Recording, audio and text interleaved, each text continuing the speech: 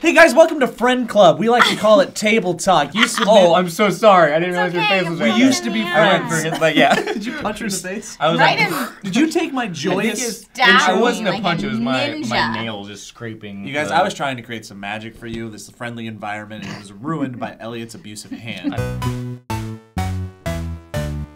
We started off on a very positive tip for like a millisecond. Hey, you guys know how the show works. Yeah, you guys give us these things from #TableTalk on Twitter and our subreddit where r/SourceFed. And this is a perfect opportunity to throw a little PSA out there. Stay hydrated, everybody. Joe Beretta apparently is running a marathon later. He's taking all the water for Los Angeles, and you can't have any. New Boy27 from the Reddits says, "Hey, SourceFed team, what is the worst camping trip you've ever had, and why?" What was the worst camping trip? Worst? I don't know. I went camping a lot, but I feel like having bad camping trips is like part of camping.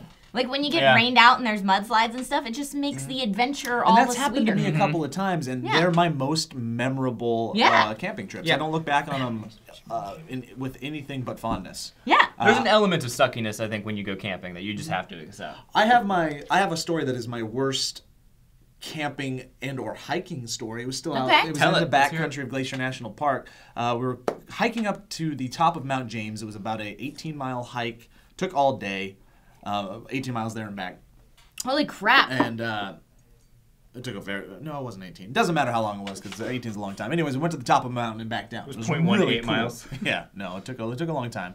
And on the way down, we see this pristine valley down below, and we're young and we're in high school and we're stupid and we're like, there's a valley down there and there's an incline, which means gravity works. Oh, and look at these boulders. Let's roll some boulders down there. Love it. We know there's people not down there because that's where the trail goes that was closed off due to grizzly activity, which means there's probably grizzlies down there. But we rolled rocks. One of the things you do sometimes when you celebrate getting to the top of a mountain is roll rocks, but it's incredibly stupid because you could kill somebody. We literally watched these boulders take out trees, full-grown trees. I have a different but related boulder story. Oh, we will get to it. Oh, you're still going. So we thought we were by ourselves out in the middle of nowhere, which we were for all intents and purposes. And as we're walking, we eventually get caught up by somebody behind us was a park ranger caught us. And he was being all friendly, like, "Hey, guys, blah, blah, blah, blah, beautiful day, blah, blah, blah, blah."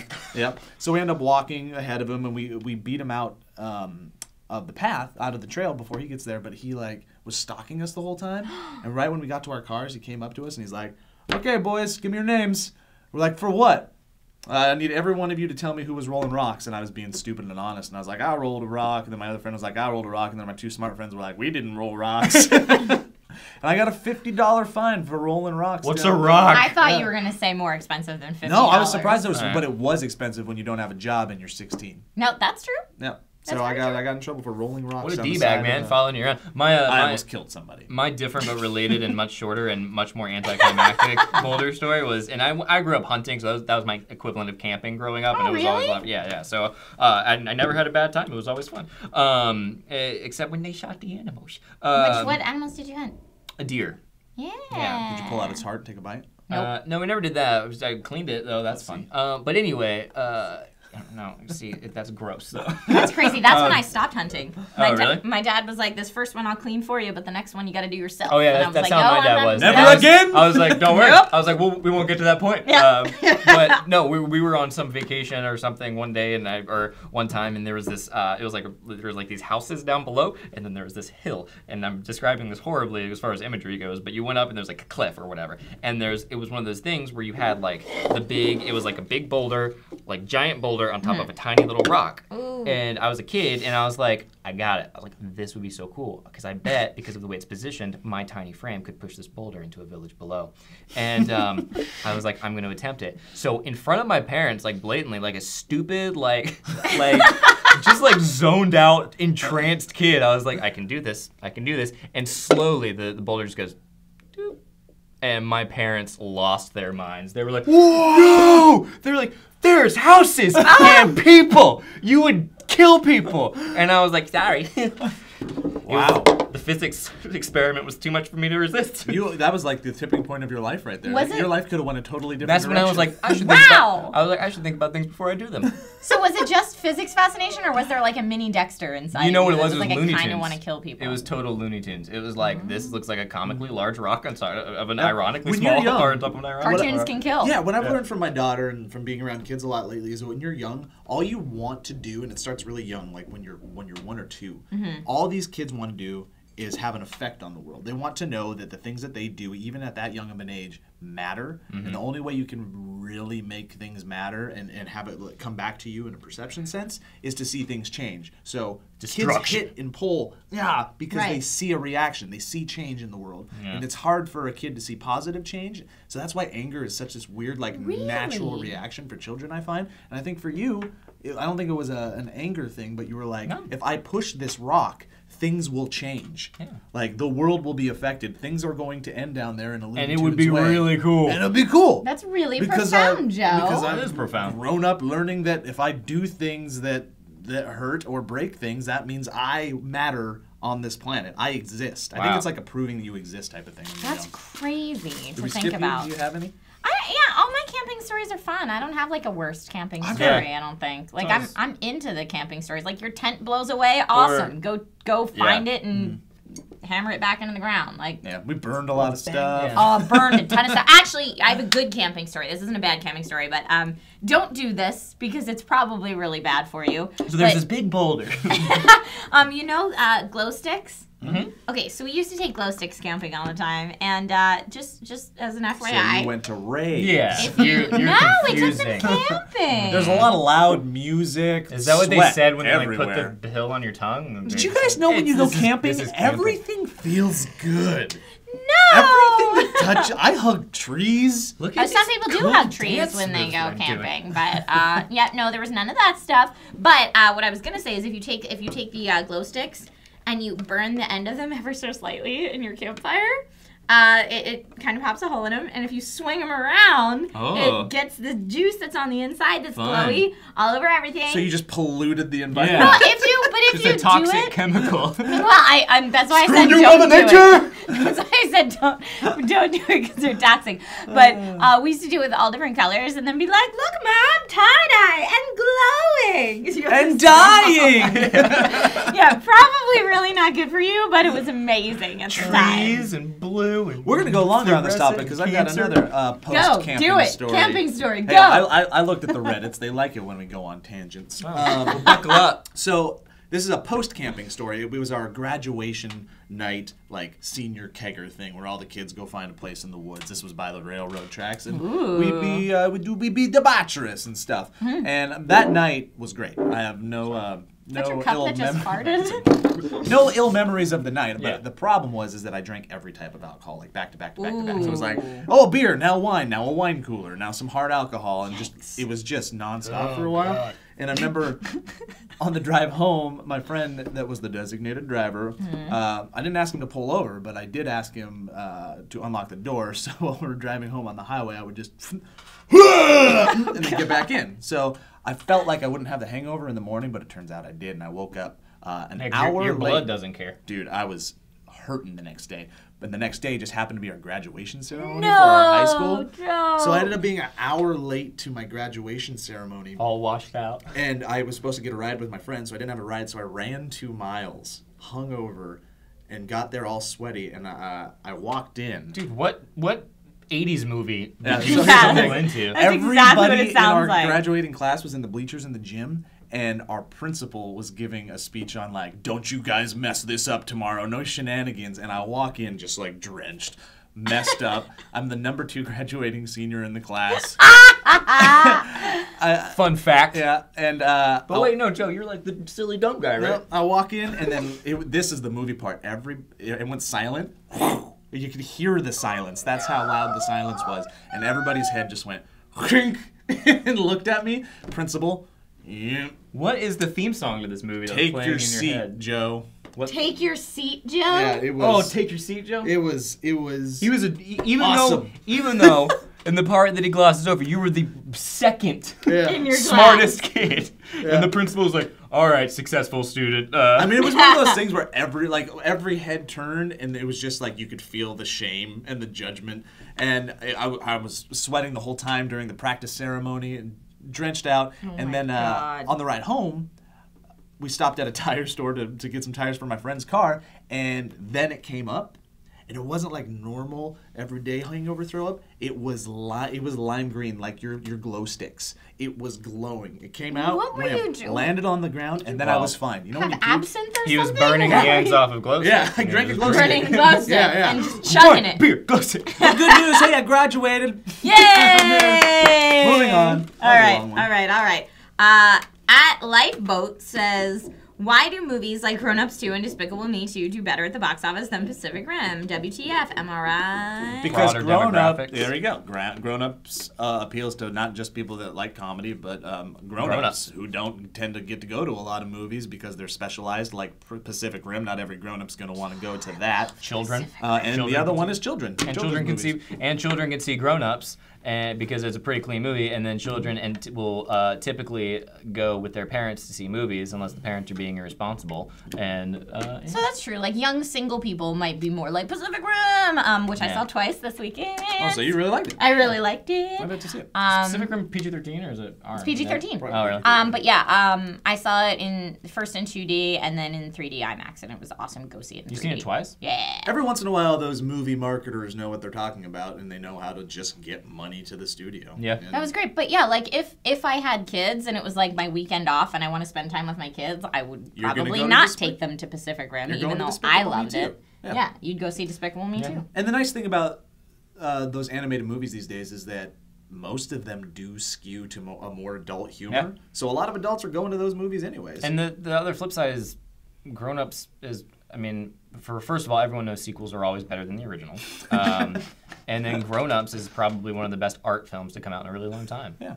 I'm getting a thumbs up. Independent studio. I think it did well at Cannes. Yeah, it did. It really. Cannes.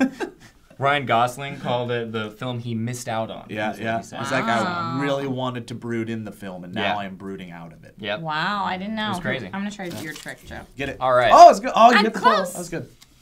Okay, so Zoom426 over on Reddit says, what are the most influential video games you've played during each decade of your life? During each decade. So 80s. 3 decades. So before you were 10, what is it? Before it was 10, it was Super Mario 3. It was either Super Mario 3 or Super Mario for me. No, it was Super Mario, because that's the one the first one that I jumped into was the Super Mario Duck Hunt combo game. Oh, yeah. So you're getting the classic platformer, and then you're also getting the zapper gun. I was awesome at the Zapper gun because I would put it right at the screen. Very What was yours for your first game? So we're in the first decade. Oh, there's so many. That's what I'm like. I could say Doom was super influential because I decided right away I didn't like shooters. Were there so many? And it was scary. There were so many. I was huge into video games when I was younger. Like that was like my life. I didn't really have any friends or anything. I just played a lot of video games. So Doom didn't do it for you. Doom didn't do it for me. I knew that right away. Loved anything NES. So as we all did. All the Super Mario Brothers. Like our parents played with a ball. Like NES was our ball as kids. But even before that, like Pong. Who really did Pong? I never did Pong. That was way before my time. You know what? And I had this thing, and I know I always talk about it with Steve and try to figure out what it was because I don't know what it was. My dad got it from someone that he worked with. That was like getting rid of this old video game system thing they never used, and it was a keyboard. It may have been some kind of Commodore 64. I'm not sure, but it was some old keyboard that you put cartridges in the top or in the back or in the side or something like that, and it was all like text-based adventure games. It was just a keyboard with cartridges, and it was awesome. And it plugged into my little black and white bunny ear TV in my room, which was great because then every time I got grounded, I was like, yeah, NBD. Pop in a cartridge. Wind up the TV. That's not me, man. Everything comes out of the room. Everything's out. You get rid of no technology when you're grounded. Did you guys ever play 3DO from freaking? Every once in a while. I like that would stumble on that it. whole console would be like the mid to early 90s for me. The Panasonic 3DO. You put a lot of time into the 3DO? Yeah. That's crazy. Not a lot of people did that. I loved it. I thought it was like the greatest innovation ever. Did you play columns all the time? Did you play columns? Because I think that came with the system. I played some crazy freaking Western game all the time that had like, it was like a film, it was like partially filmed, and then I thought it was the coolest thing because I thought it was like the best graphics ever. Because I played that in the arcade. It was a shooter, right? Yeah. Yeah, it was cool. Kind of like Area 51. Yeah, I played it all the time. It's crazy. Okay, so second decade, so you're 10 to 20. For me, it's either, like, the obvious answer would be Chrono Trigger, because I love it so much. It's one of my favorite games ever. But I think before Chrono Trigger, what got me into RPGs, on a whim, I rented Earthbound from the video rental store, and that got me into RPGs. Loved it. Yeah, it's so good. Earthbound's great. Loved it. Final Fantasy 3 followed, and then Chrono Trigger. Yeah. Final Fantasy 3 in America. And then... yeah, let's go through. Yeah, so there's it. 10 to 20 for me was Myst. Myst for you? Hardcore. Is mine. I graduated from Super Mario 3 to Super Mario Brothers on the SNES. Super Mario World? Or Super Mario World. Mm-hmm. Okay, so you kept with the platformer. You like to see that. Pretty quick advanced. tangent on that. So why did they drop the cape? It's the one superpower that actually turned Mario into a super hero. And it's the one thing that everybody wants. You're talking about the leaf, right? I'm talking about the feather that gives him the feather, cape. yeah. So you'd be like, whoosh. Yeah, the cape was one of the coolest things, and I can't believe it hasn't made a comeback in any way, shape, or form. But man, that game was so freaking Yeah, because I guess you had got the Yoshis with wings and the tail. Yeah. The tail stuck, not the cape. He's a superhero, and the cape is a weapon. It's great. It's so cool. The cape is one of the best Mario power-ups of all time. No. I'm going to make a top list of that, a top 10 list of the best Super Mario power-ups. And then finally, because I can end this really quickly because I stopped after a while, but Ocarina of Time, of course, would be some the Ocarina of Time. How old were you when Ocarina of Time came out? 00 to 2000 or 00 to 2010. Ocarina of Time came out before that. Yeah, but I'm on a late adopter. You didn't get to it until later. That's okay. Yeah, it doesn't matter when it came out. It was like what, 97 that it came out? Something like that. Yeah. No. I guess that might be the decade, but I would still. That's like that was my exit game from video games. I was like, I can't get any better than this video game. They will never come out with anything like BioShock. I guess it's like the last 10 years. It's so hard. There's so many good ones. I'm like, and because that's what I'm thinking, like Sims and Diablo, but they actually came out in the Myst. But I already picked Myst for that. But if you played them in your last decade, maybe I did probably Final Fantasy X. I love that game. Was in my I love that game. That was in my third decade would be Final Fantasy X. But I'm also like Dance Dance Revolution was huge for me, and it came out before that. But that's when I actually started using it as like a mode of exercise. Yeah. So that was super big to like, hey, I don't actually have to go to the gym because I can play video games. I really dug on Wind Waker. I think it was epic, grand scale, and the last great Zelda game. The last great Zelda game. Get it out there. God, I don't know if I don't know enough about the others to agree with you, but Twilight Princess and Skyward Sword were both letdowns. Come at me! Controversial opinions here on Table Big words, Joe Beretta. Okay, so we have time for one more super quick. Whoever hasn't pulled. We've all have. Oh, we have? We've done 3 things? Back to you, baby. We've done 3 things? Okay, yeah. Super quick. On a scale from 1 to 10, how much do you care about what other people think of you? Yeah! Woo! Cool. On a scale from 1 to 10, I didn't say who that was from. Sorry, that person. On a scale from 1 to 10, how much do you care about what people think about you? I don't care 5. what anybody thinks of me. 5 out of 10. I feel like there's times when I care and I let it bother me, and then there's other times I'm like, you don't know me. I do what I want. I think anybody who says that they don't care what others think of them is lying. Especially on the YouTubes. Yeah. Especially the people that do this for a living. If you're built on a narcissistic platform, yeah. I feel like I cared more back in high school. In college, I was probably hovering around an 8. Mm-hmm. I never let it affect me much, but I think subconsciously it really did. And I look back on it now, it's like, I probably should have done some things a little bit different, been a little bit more of my own man. These days, I can honestly say I'm hovering around a 5 or a 6. And I think, as I said earlier, like when you're in this realm, you have to care what people think to an extent. You have to care, but you also have to build up a wall defense. Yeah, and when I've been doing it as long as I have, I don't think I have a wall. I just have, at least not a wall that blocks it out. I just have a wall of... There's detachment. It's like a window. There's a window in the wall. It just rolls off of my shoulders, you know? Yeah. I think there's 2... I just don't care. I think, yeah, and I think there's also two kinds of caring what people think of you. Like, there's the kind of caring that people think of you that's like, you don't want to be self-conscious, and you don't want to be, you want to know who you are, and you want to walk through life with like confidence. But there's another type of not caring what people think of you that can make people bitter, and it can make people vengeful, and it can make people just generally mean. And I think you see that on the internet all the time with like trolly comments, because people tend to not care what others think. And I think it's important to care about the effect that you're having on people, not necessarily what image you're projecting. I wish I could go back to when I was in elementary school, because in elementary school, I honestly didn't care. You're all Punky all. Brewster? Like, you Punky Brewstered it up? I didn't even have a little bit of care. Like, I didn't know that I even should care. Like, I had imaginary friends, and I did my own thing, and I was the weird kid that, like, people really didn't talk to, and I'd come home from school, and my mom would be like, Trisha, did you talk to any friends today? Did you make any friends? I was just like, nope. But it didn't bug me. Like, I was completely okay with it. I'm doing my own thing. I think the person that, and you end up caring who cares about you the most as you get older, and this is such a weird, dumb, cliche thing to say, is yourself. You become a lot harder on yourself and where you are in your life. Because you actually start to have some self-reflection and an evaluation of your personal being. And when you start doing that, you're like, what are you doing with your life? Who are you? And then you're like, are you my father? And you're like, no, I'm you. No, I'm me. But I'm you now. I'm a jerk, but just to me, generally. And ultimately, in the end, that's the person you got to make happy. And I think what you're saying with like the elementary school or whatever, like I think one of the saddest things in life is the fact that at some point we all learn to not like ourselves, and like if we can get past that, and then because you got to get past that before you can even start like showing love to other people and like doing some. So everybody just take a second and hug you. Yeah, just hug you.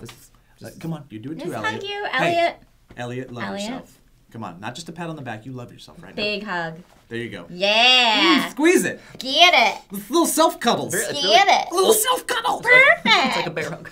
Okay. So thank you guys so much for watching Table Talk.